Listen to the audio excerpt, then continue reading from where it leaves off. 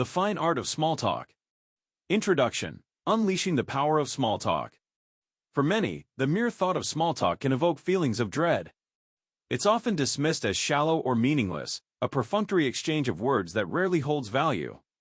Yet, as Debra Fine discovered, small talk is the foundation upon which meaningful connections and opportunities are built. From forging friendships to advancing careers, mastering the fine art of conversation can transform your life.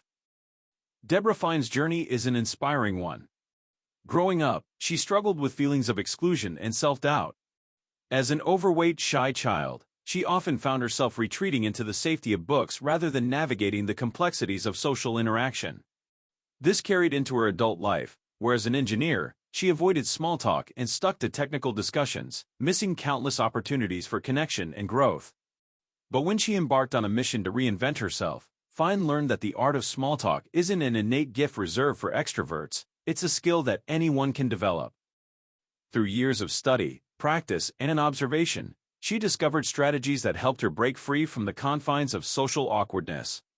She went on to teach these techniques to others, demonstrating how simple conversational skills can lead to more fulfilling relationships, better networking, and a richer quality of life. This book explores the essence of small talk and offers practical, actionable advice for overcoming social hesitations. It's about more than just filling awkward silences. It's about making people feel valued, building rapport, and opening doors to new opportunities. Are you ready to transform the way you connect with others? Let's dive in and discover how you can become a master conversationalist. In the chapters that follow, you'll learn why taking the initiative in conversation is empowering, how to remember and use names effectively, the role of open-ended questions in fostering meaningful dialogue, the importance of body language in active listening, how to navigate pauses and gracefully exit conversations. So let's get started, because small talk isn't small at all. It's the gateway to extraordinary opportunities. Chapter 1. Becoming a better conversationalist by taking initiative. Small talk often feels daunting because of the risks it seems to carry. What if the other person isn't interested? What if you make a mistake? These concerns keep many of us from initiating conversations, leading to missed opportunities for connection and growth. However, mastering small talk begins with one crucial step: taking initiative. It's about stepping out of your comfort zone and choosing to start a conversation, even when it feels easier to stay silent. Small talk, despite its reputation, is not meaningless. It's the first step in building trust, rapport, and deeper relationships. Imagine it as the foundation of a house. Without it, no sturdy structure can stand. Many mistakenly believe that being good at conversation is a natural talent, but as Debra Fine herself exemplifies, it's a skill that can be learned through practice and effort. Taking the risk of starting conversations. The fear of rejection is often the biggest hurdle to initiating small talk. What if the other person doesn't respond positively?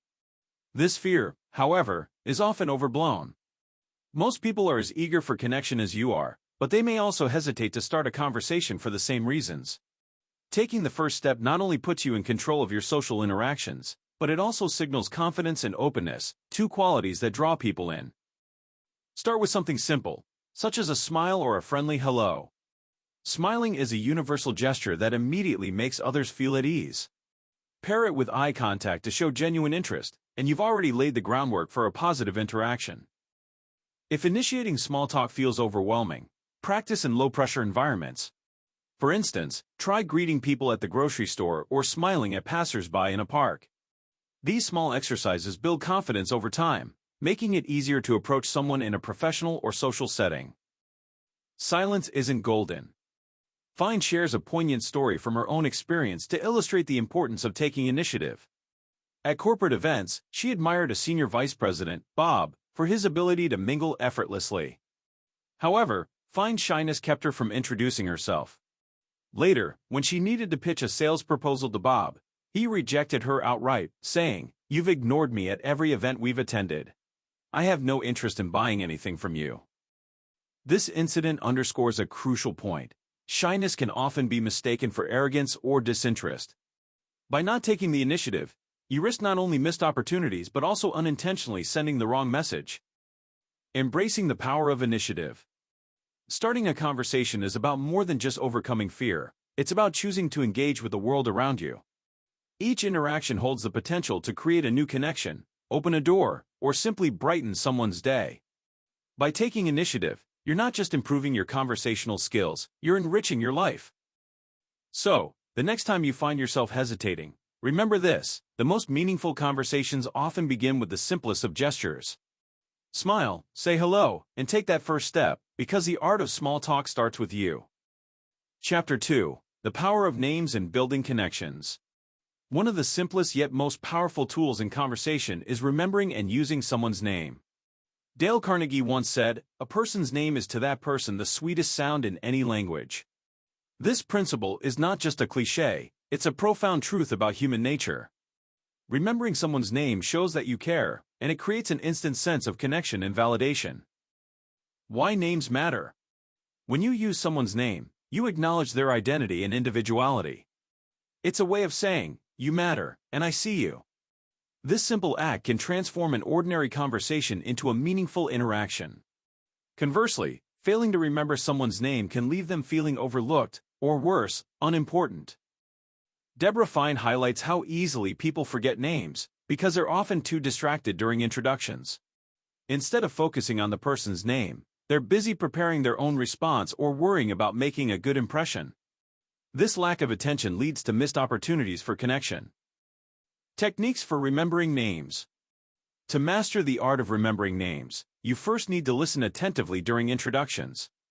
When someone introduces themselves, repeat their name immediately, as in, "Nice to meet you, Maria." This repetition helps anchor the name in your memory. If you miss the name, don't panic. It's better to admit it and ask again than to fake it. A simple, "I'm sorry, I didn't catch your name earlier," shows honesty and a willingness to connect. People appreciate the effort you make to remember. For names that are unusual or challenging to pronounce, take the time to learn them correctly. Ask for clarification or repetition if needed, and practice saying the name until you get it right. This shows respect for the person and their identity, making them feel valued. The host mentality. Using names effectively can also position you as a leader in group settings. For example, if you're at a table with several people, introduce yourself and others by name as they arrive. "Hi, I'm Alex. Let me introduce you to Sarah, James, and Rebecca." This not only helps break the ice, but also sets a welcoming tone for the conversation. Taking on the role of a host, even in informal situations, helps others feel at ease. It creates a warm, inclusive atmosphere where everyone feels acknowledged and appreciated. Avoiding name-related pitfalls. While remembering names is important, it's equally important to use them appropriately. Avoid shortening someone's name or giving them a nickname unless they invite you to do so. If someone introduces themselves as Michael, don't call them Mike unless they indicate a preference for it. Respecting their chosen name demonstrates courtesy and attentiveness. Finally, if you're in a situation where you think someone might have forgotten your name, take the initiative to reintroduce yourself. "Hi, I'm Emma. We met last month at the conference." This spares the other person any embarrassment and keeps the interaction comfortable and seamless. Building bridges through names. Learning and using names might seem like a small detail, but it's a cornerstone of effective communication. It shows respect, builds trust, and sets the stage for deeper connections. By mastering this simple skill, you'll enhance your conversations and leave a lasting positive impression. So, the next time you meet someone, make their name your top priority. Remember, a name is more than just a word, it's the key to meaningful interaction. Use it wisely, and you'll unlock the full potential of your conversations. Chapter 3: Crafting Conversations with Icebreakers and Open-Ended Questions.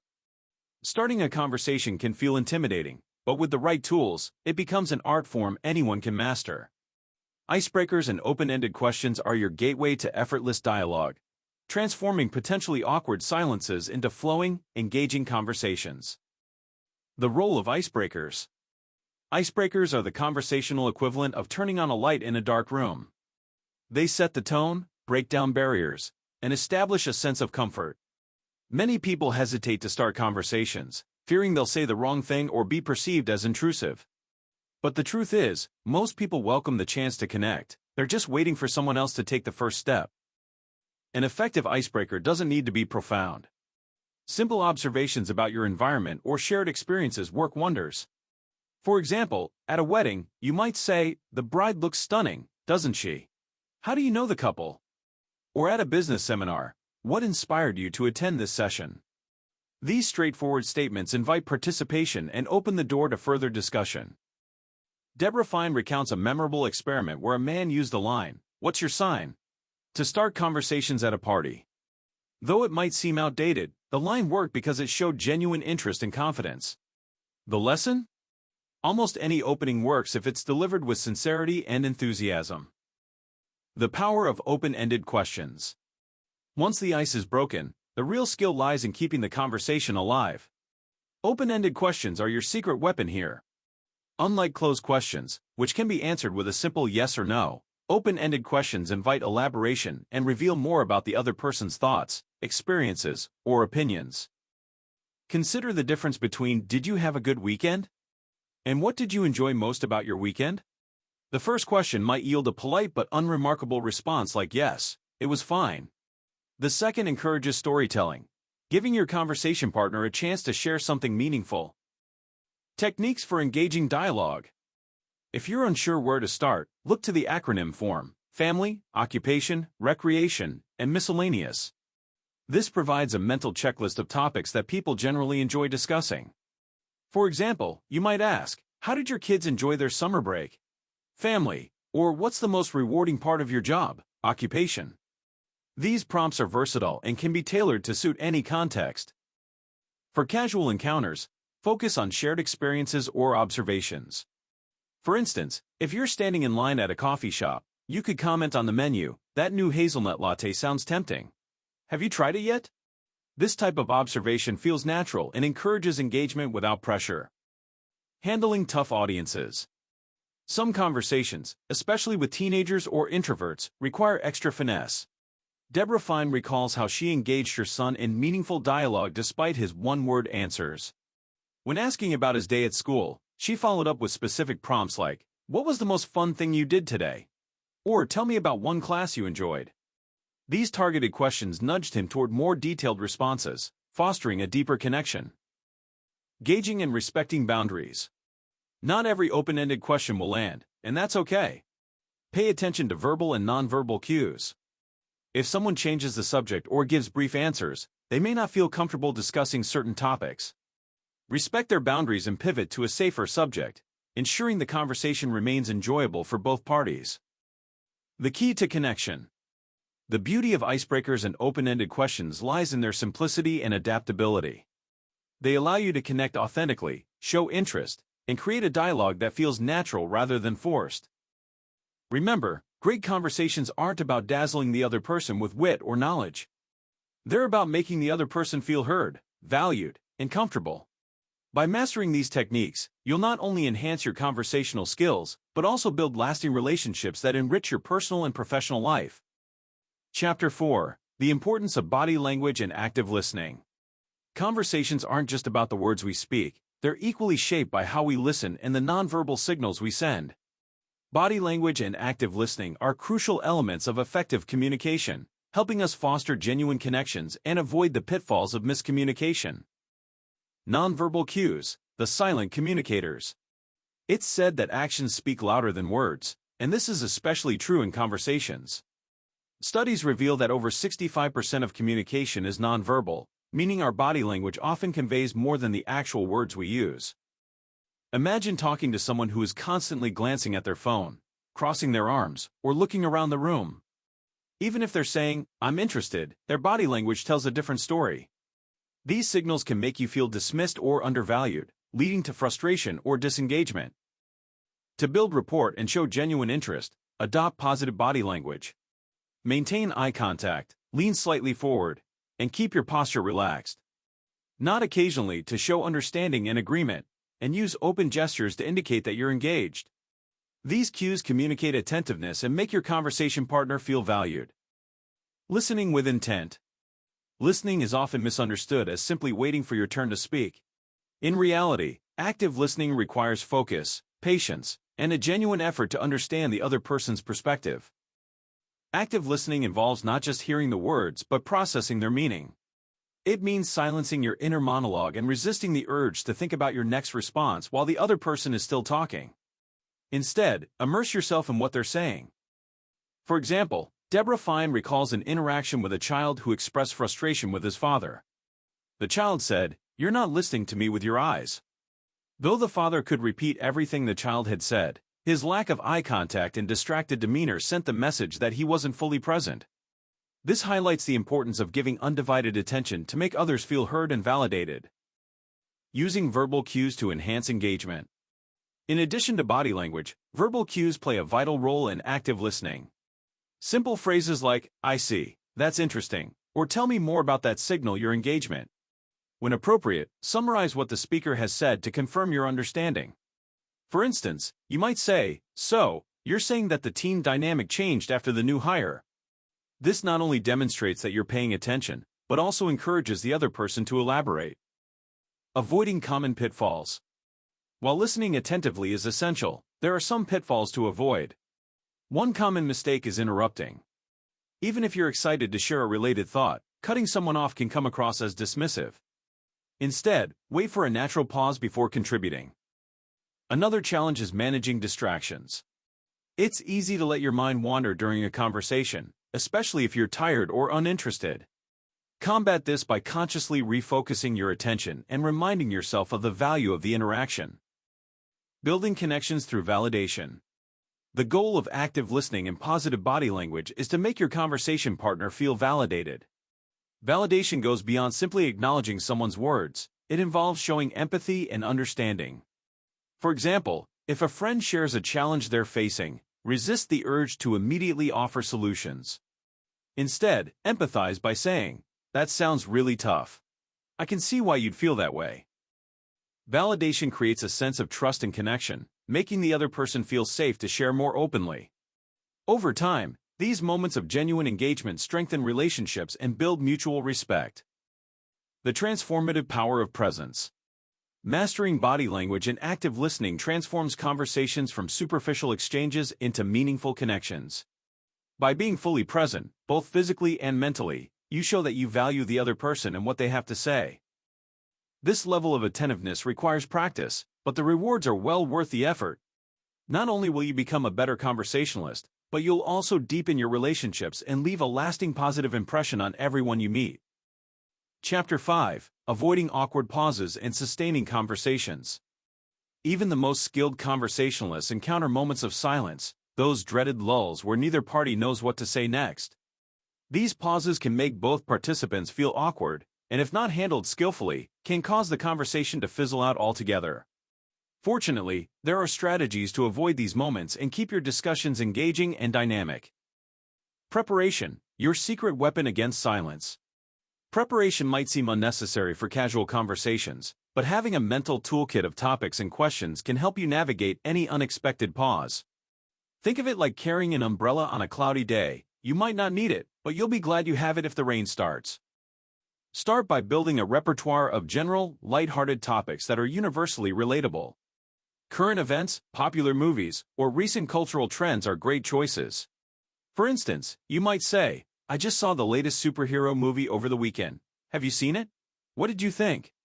These openers are easy to tailor to the preferences or interests of your conversation partner. Another approach is to draw from your surroundings. If you're at an event, ask about the setting or the occasion. At a wedding, you might say, "How do you know the couple?" At a conference, "What's been your favorite session so far?" Observing and commenting on your shared environment makes the conversation feel natural and spontaneous. The form method, a memory aid for questions. If you struggle to come up with topics on the spot, the acronym form can help.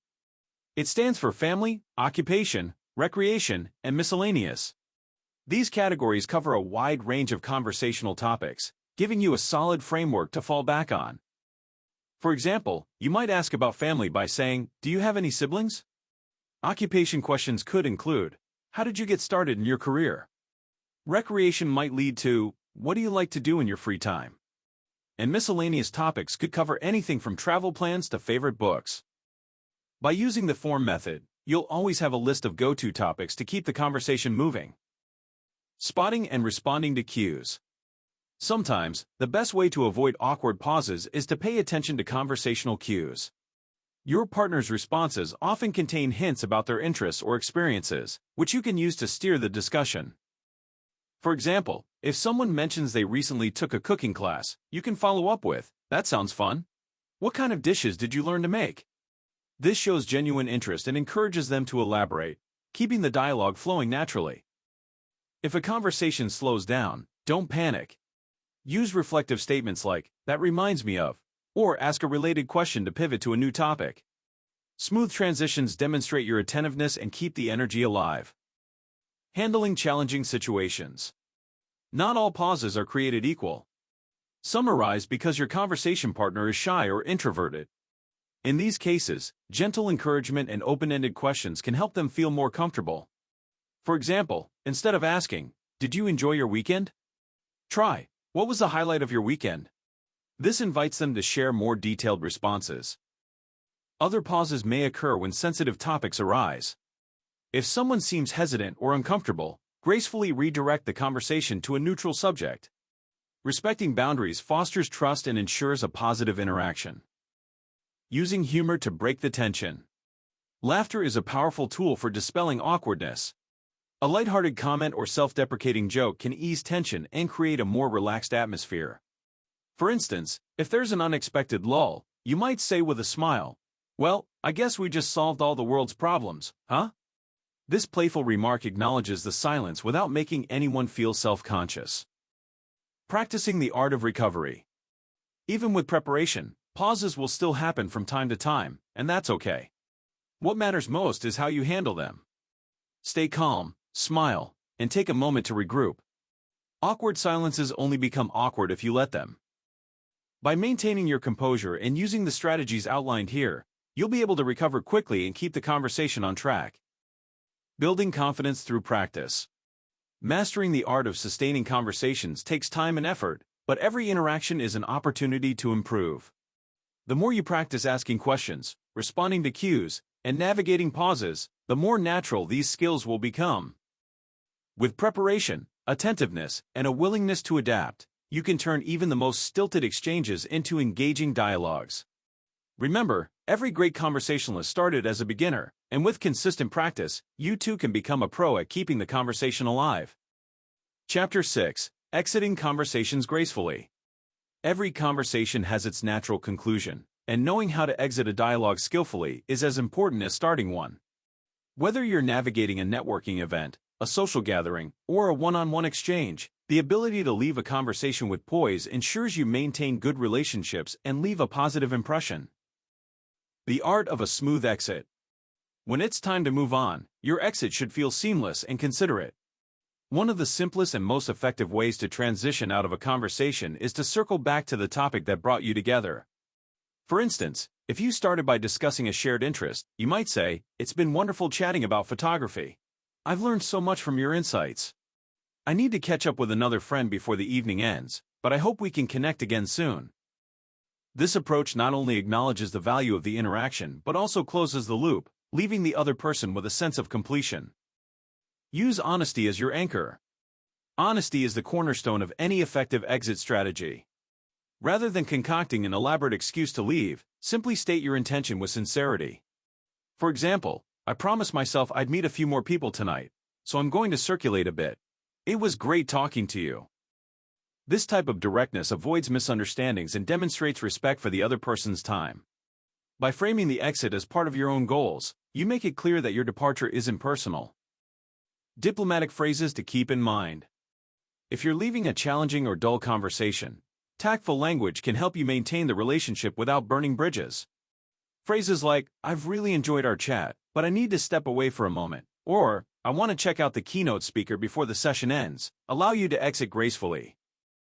In professional settings, adding a note of appreciation can be particularly impactful. For instance, "Thank you for sharing your perspective on the project. I found it really insightful, but I need to connect with someone else before the event wraps up." Leveraging introductions as a transition.